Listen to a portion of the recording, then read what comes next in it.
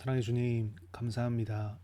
이 시간 주님 앞에 나와 주님만을 의지하고 주님의 그 말씀의 능력과 지혜를 얻어 사는 주님의 사랑받는 아들로 살기 원합니다. 예배 시종을 주장하여 주시고 주의 뜻을 밝히 드러내실 때 아멘으로 화답하며 주와 함께 주의 길을 따라 동행하며 사는 우리 모두가 다 되게 도와주시옵소서. 귀한 지혜와 지식으로 저희를 충만케 하시는 주님의 은혜에 감사드리며 예수 그리스도 이름으로 기도드립니다. 아멘. 오늘 주신 말씀은 누가복음 12장 말씀입니다. 그들에게 이르시되 삼가 모든 탐심을 물리치라. 사람의 생명이 그 소유에 넉넉한 데 있지 아니하니라 하시고 또 비유로 그들에게 말하여 이르시되 한 부자가 그 밭에 소출이 풍성함에 심중에 생각하여 이르되 내가 곡식 쌓아 둘 곳이 없으니 어찌할까 하고 또 이르되 내가 이렇게 하리라. 내 곡간을 헐고 더 크게 짓고 내 모든 곡식과 물건을 거기 쌓아 두리라.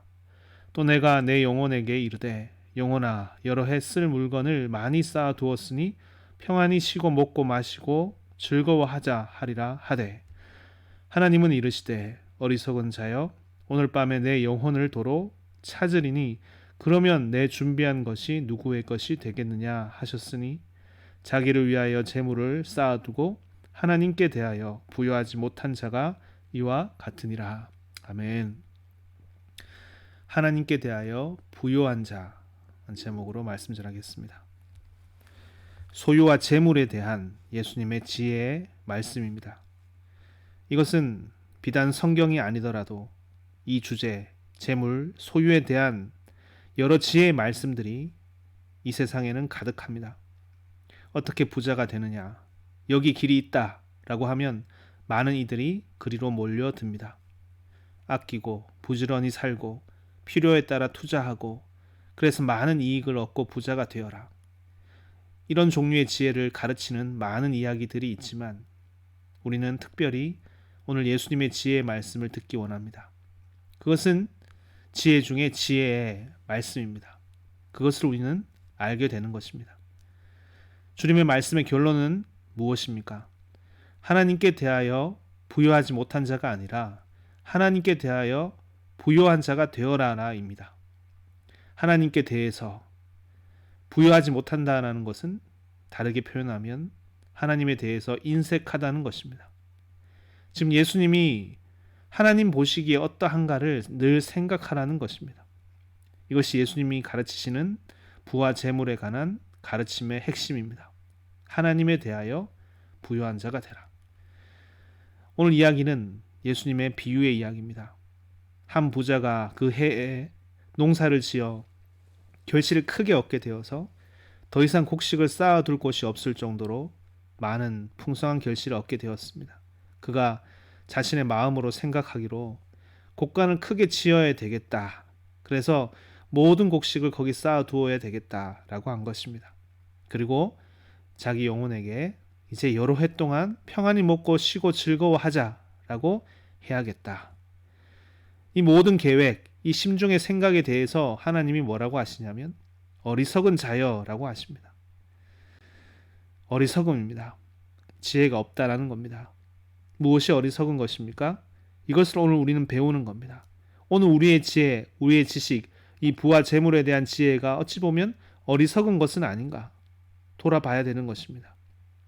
어리석음에 대해서 반대로 지혜로운 자는 어떠할까를 또 생각해 볼 수 있는 이 말씀의 시간 되기 원합니다. 많은 부분 우리가 재물에 대해서 어리석어져 있다는 겁니다. 어떻게 어리석으냐? 먼저는 그 재물이 자신의 것이라고 생각합니다. 오늘 본문 17절에 보면 심중에 생각하여 이르되 내가 곡식을 쌓아둘 곳이 없으니 어찌할까 하고 지금 심중에서 말을 합니다. 그는 직접 말을 한 것이 아닙니다. 마음으로 한 것입니다. 생각한 것이죠. 그러나 그런 그의 생각을 하나님은 다 아십니다. 다 들으십니다.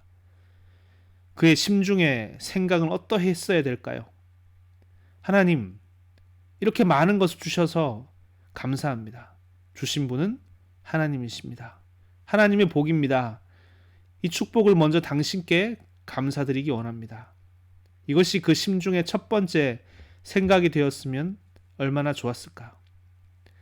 지금 예수님의 이 말씀 안에는 이 모든 것의 주인은 하나님이시다라는 그 세계관이 분명히 있는 것입니다. 하나님은 모든 재물뿐만이 아니라 이 생명의 주인이십니다. 19절에 또 내가 내 영혼에게 이르되 영혼아 여러 해 쓸 물건을 많이 쌓아두었으니 평안히 쉬고 먹고 마시고 즐거워하자 하리라 하되 하나님은 이르시되 어리석은 자여 오늘 밤에 내 영혼을 도로 찾으리니 그러면 내 준비한 것이 누구의 것이 되겠느냐 하셨으니 여기서 중요한 말은 반복되는 말은 영혼이라는 것입니다. 부자가 말합니다. 내 영혼이 편히 쉬리라. 그러나 하나님은 뭐라고 얘기하십니까? 내 영혼을 오늘 밤에 찾으리라. 찾겠다. 결국 자기 자신의 영혼에 대해서 자신이 할 수 있는 것은 아무것도 없다는 것입니다. 가장 안전하고 가장 평안하고 확실한 것이라 생각했던 그 모든 것도 내 영혼의 안전함을 책임져 주지 못한다. 정작 그 영혼을 그날로 찾으시는 분이 계시다. 하나님이시다. 이것은 어찌 보면 인간의 입장에서 보면 너무나 허무하고 인간의 무력함을 이야기하는 사실 듣기가 힘든 말씀이죠. 하늘과 땅의 차원성에 대한 그 이야기, 그 차이가 분명 있다라는 겁니다. 우리는 하나님의 말씀을 그러므로 들어야 됩니다. 부자는 자신의 영혼의 안전함을 말하였지만 결코 그 어떠한 것으로도 인간의 힘으로는 영혼의 안전함을 확보할 수 없다는 것을 주님은 분명히 가르칩니다. 이 아프지만 하지만 이 분명한 지혜를 우리는 듣기 원합니다. 오늘 우리가 묵상하기 원하는 것은 이 영혼의 안식입니다. 우리 영혼의 안식은 어디서 붙어 있냐라는 것입니다. 재물, 물질로부터가 아니다. 세상의 명예로부터도 아니다. 세상의 어떤 권능으로부터 아니다. 그것은 한순간이라도 사라질 수 있고 영원한 것이 아니라는 겁니다. 그것들은 죽음에서부터 너를 조금이라도 건질 수 있는 것이 아니야. 너의 곡간이 있느냐? 곡간에 가득 찬 곡식이 너를 살리느냐? 아니라는 겁니다. 한국 속담에 정승집 개가 죽으면 사람이 몰려들어도 정승이 죽으면 개 한 마리도 얼씬하지 않는다라는 속담이 있습니다. 다 가진 것 같아도 개의 죽음보다 못한 것이지 않느냐라고 그 인생의 허무함과 덧없음을 세상 권세의 허무함을 빗대는 겁니다. 너가 죽으면 그것은 너의 것이 아니고 다른 누구의 것이 될 것인데 그것이 누구인지도 너희는 확신할 수 없다고. 지혜로운 사람은 이제 이 말씀 앞에서 곰곰이 생각해 보게 될 것입니다. 예수님은 그 모든 것의 결론처럼 말씀하십니다. 21절에 자기를 위하여 재물을 쌓아두고 하나님께 대하여 부여하지 못한 자가 이와 같으니라. 그의 실수, 그의 어리석음은 바로 자기를 위하여입니다. 자기 영혼을 위하여 자기 곡간을 만들고 거기에 자기 재물을 쌓아두려고 하다가 결국 그는 자기 재물도 자기 영혼도 다 잃어버리게 되는 겁니다. 그렇게 살다가 정작 하나님께 인색하게 되어서 다 잃어버리게 됐다. 그러면 어떻게 하는 것이 하나님께 대하여 부유한 것입니까? 어떻게 하는 것이 진정으로 부유한 인생을 살아갈 수 있는 길이 됩니까? 여러분, 우리는 다 부유해지기 원하죠. 이 성경의 말씀은 결코 부유한 것이 악이라는 것을 말하는 것이 아닙니다. 부유하지 말라는 것을 말하는 것도 아닙니다. 그것은 두 번째라고. 그것은 따라오는 것이라고. 진정한 안식은 어디서부터 있냐? 진정한 부는 어떻게 얻는 것이냐? 이 주의 음성을 듣기 바랍니다. 잠언서 11장의 말씀을 보겠습니다. 흩어 구제하여도 더욱 부하게 되는 일이 있나니 과도히 아껴도 가난하게 될 뿐이니라.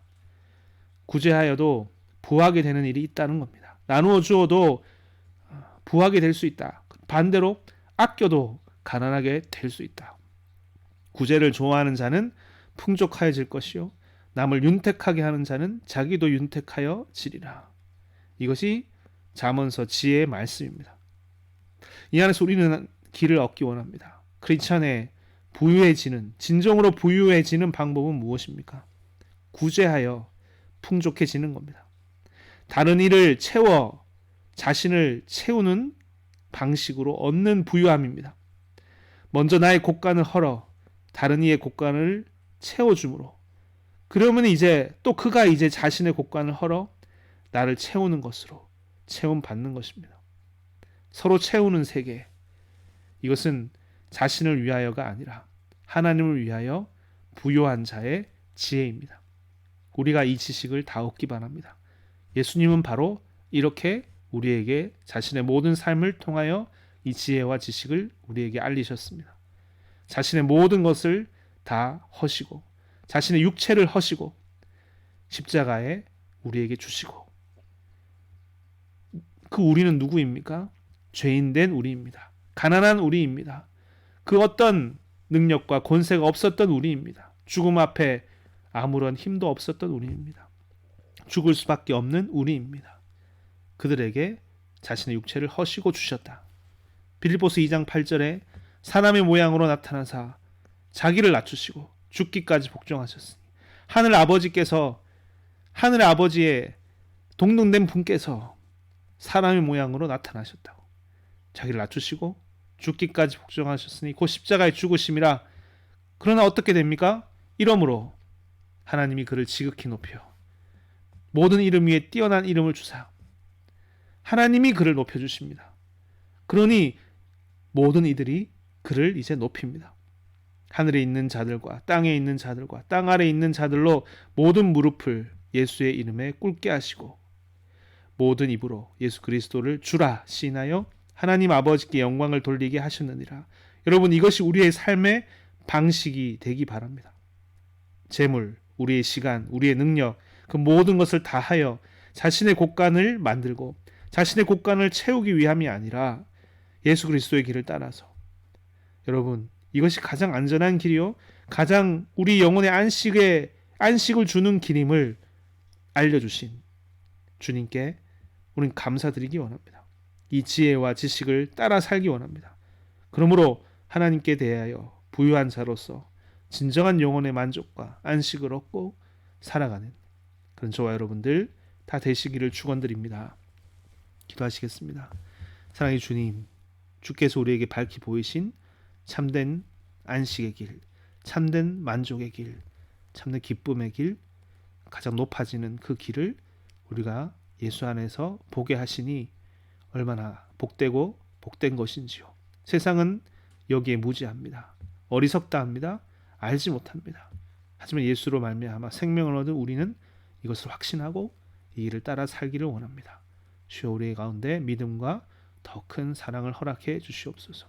그리하여 하나님께 대하여 부유한 자로서 삶을 살아가는 우리 모두가 되게 도와주시옵소서.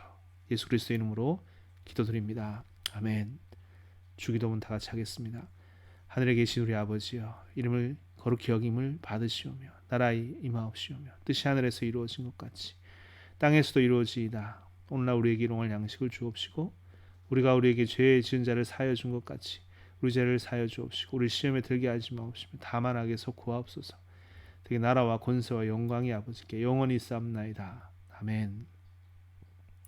이제 기도하는 시간입니다. 먼저 오늘 말씀을처럼 예수님을 따라 하나님께 대하여 부요한 자로서의 삶을 살기를 기도하는 시간 되기 원합니다. 가지고 나오신 기도 제목과 교회 공동체에서 기도하시다가 자유롭게 돌아가시면 됩니다. 기도하시겠습니다.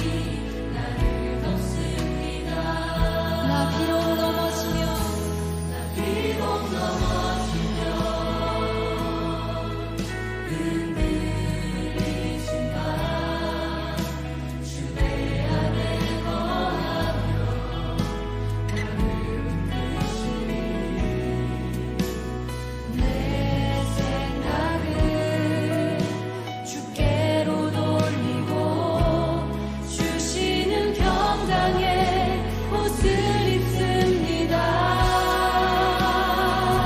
주 약속 안에서 내 영혼 평안해. 내 뜻보다 크신 주님의 계획 나 신뢰해. 두려움 다 내려놓고 주님만 의지해. 주 안에서 내 영혼 안전합니다. 주 약속 안에서 내 영혼 평안해. 내 뜻보다 크신 주님의 계획 나 신뢰해. 두려움 다 내려놓고 주님만 의지해. 주 안에서 내 영혼 안전합니다. 나 비록 넘어지면 흔들리지만 주 내 안에 거하며 나를 붙드시. 내 생각을 주께로